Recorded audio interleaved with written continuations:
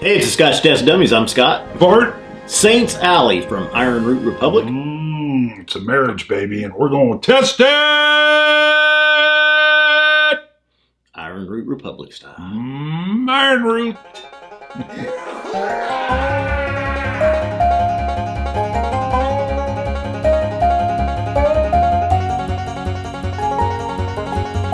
My sister, who lives in Tampa, Florida, I had told her, hey, go look around Florida, a total store, whatever, see if you can find Ironroot Republic whiskey. So I know we're on this, and we'll get to that in a second. She goes to the Publix supermarket at Starkey Ranch, Town Square, Odessa, Florida. A gal there named Mary.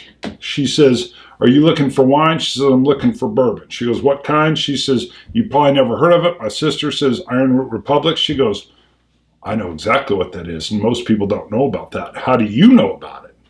She says, didn't she say, I love Ironroot? Yeah, she goes, I love about it. How do you know about it? She goes, my brother has a YouTube show called Scotch Test Dummies, and Mary goes, oh, which one? I love that show. And she says, Bart, is he the tall one, kind of goofy? My sister says, that's him. So my sister loved it, and then she goes, we don't have Ironroot here, but Mary says my brother loves Ironroot as well. And then she gave her directions to go find it at another store. Nice. And that's the hunt for Ironroot. That's the lead-in. So first of all, Mary, thank you, Mary. My sister will point you toward this video if she sees you again. But let's talk about the Herald and Saints Alley. Now I'm going to do a disclaimer real quick. Okay. Yeah. We are not paid. Right. I knew that was coming. We are not paid by Ironroot. Not at all. No, we like them, though. We do like them. And I would even say we got a bias because the first time I tasted their whiskey, I was like, what? Yeah. What? Well, that's not a bias. I suppose you're right. It's just we liked it. We like what they do. Right. We love what they do. So this is, and the fact is, these bottles were given to us by Ironroot. Yeah. That's another good one. They gave these to us. Yeah. Explain what they are, because that needs to be done, because it only says Ironroot Republic on the back. Yeah. So, well, this is like Tomatin has Kuboken for their peated whiskeys. Ironroot Republic decided to do kind of a branch off for these blends. This is a blend, which they admit, with MGP. They declare. Yeah. They out of Indiana, big alcohol producer. I think it was on our 12 Hours of Boom. We had Robert on from the distillery, and he gave us the percentage of they're blending their juice with MGP juice here. They're working with Liquor Hound. Chris Trevino down there, he comes in and helps. He's got an incredible palate. Yes, he does. And it's a very small percentage of Ironroot juice that's in here. It really surprised me because it has a heavy influence on this whiskey. Well, and then they age it a little further. And this one in armagnac. Yep. This one finished in port and cognac barrels. Right. So if you see the Saints Alley branding, that's Ironroot and MGP juice combined, blended together, finished to perfection, let's say. And in traditional Ironroot style, 53.5% ABV. Love it. And it tells you that this is batch one and that there are 2,400 bottles in both of these. This one's ABV is 50%. Where'd my coin go to? Did you take it? Put it in the pocket. Did you take it? I don't think I took it. Take my coin. Where'd you put your coin? I did think I heard that. It's in my pocket. Thought I heard the bell. I did get called out at the Scotch for Dummies event. I did not have a coin with me. Everybody's like, coin. Oh my God, you didn't have a coin. Buy the first round here. Oh, Lord have mercy. The thing is, you probably had some whiskey. That's interesting. So what I like about this too, and they talk about it, by sourcing and getting some MGP, they were able to put out a lot more bottles, which I like because they're growing in popularity. You want to be able to find their stuff and drink it. I brought this bottle, which is why it took a hit, to a family Thanksgiving gathering, pre-Thanksgiving. And again, my sister went nuts over this. I'm just saying. That's why I started to get nervous. I'm like, dang, she's pouring 3 of them. She poured a lot. I like it. That's a precursor. I like it. Oh, they've got. I just noticed there's Liquor Hound's little emblem is on the back as well. A little dog holding the bottle of whiskey. Yep. Oak, whiskey, of course. But I mean, it's jumping out at you. I know. Now, see, I can't say I'm picking up armagnac, but I get fruit notes. There's a sweet, there's definitely a sweetness, citrus sweetness type on here. Mm-hmm. Cinnamons. Yeah, a lot of cinnamon on it. And nice. Maybe a little bit of a wine like smell to it. But that cinnamon, man, and the sweet underlay. Cinnamon's up front, little astringent from the armagnac, I think is where that's coming from. Oak, dusty, sweet, caramely.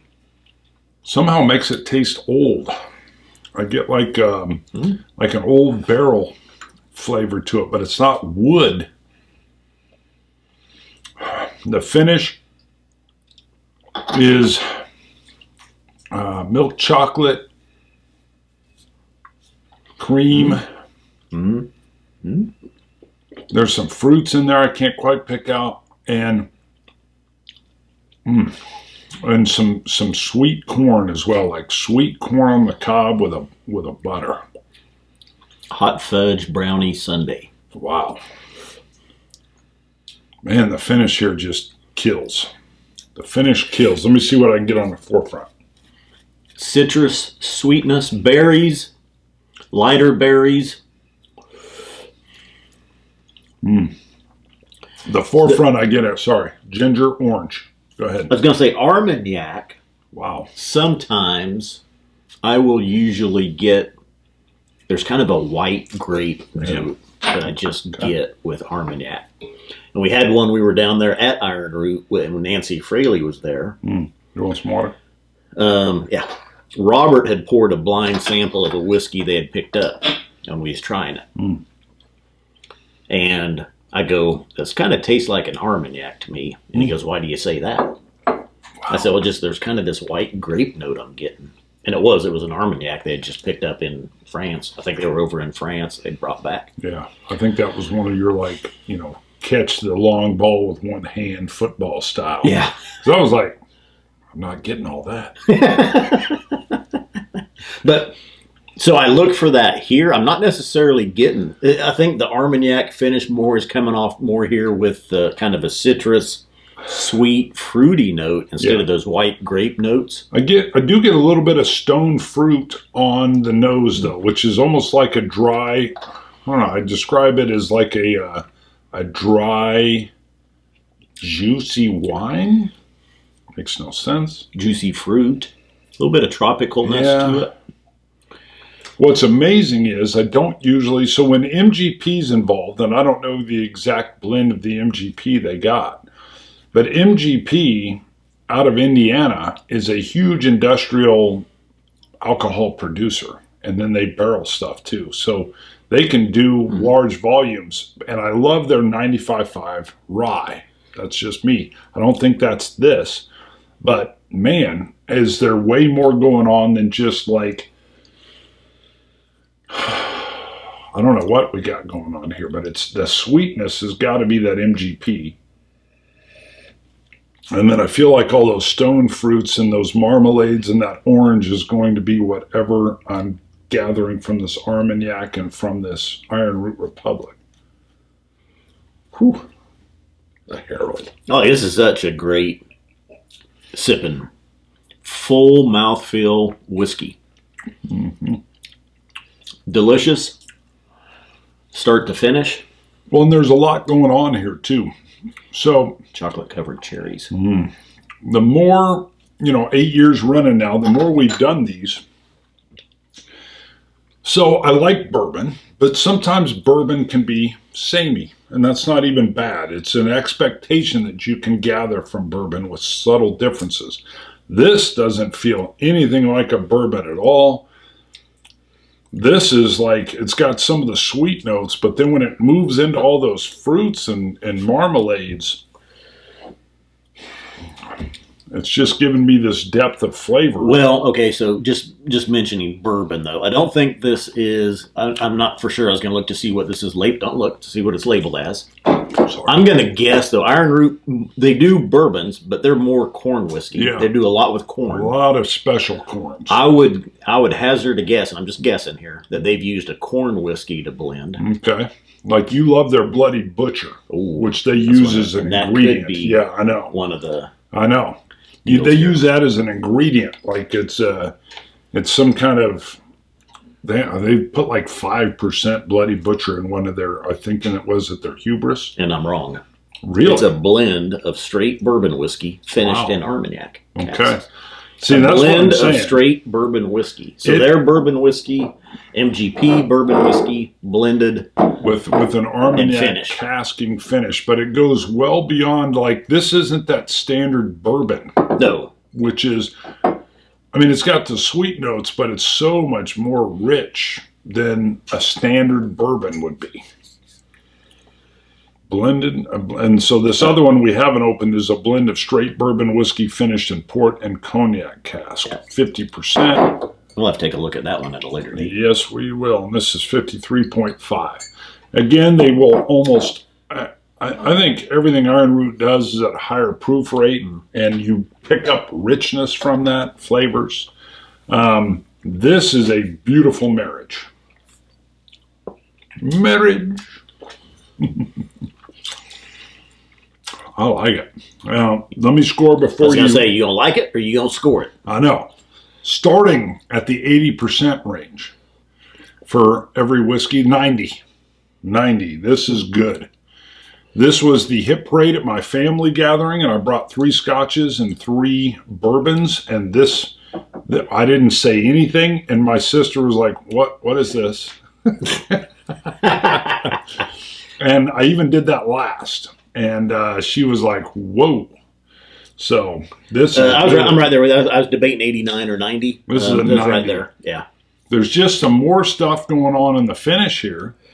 And it's got that cool sweetness from the bourbon, but then it does more.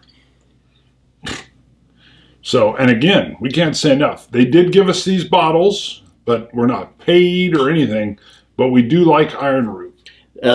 Price point real quick. These are $70 to $80. Steel. Very well with it. The proof is great. The flavors are beautiful. So Ironroot Republic has won several awards. Yeah, well, they got Best Bourbon of the World. Of course, bourbon's United States in 2020. They've won Craft Distiller, Best Bourbon, I think Best Corn Whiskey. I don't know. Demand for their stuff has been off of the charts, which is one reason why you're bringing this up. Which led to this. Genius. So I would... If you find any Ironroot Republic, it's worth buying. And we've been down in Texas. Yep. Outside of the distillery, the total wines and the specs that I've been to, I don't see any because it's sold out. Yeah, they sell out. You almost have to go to the distillery to buy. And they do a nice tour. But I mean, the Harbinger, Icarus, Promethean.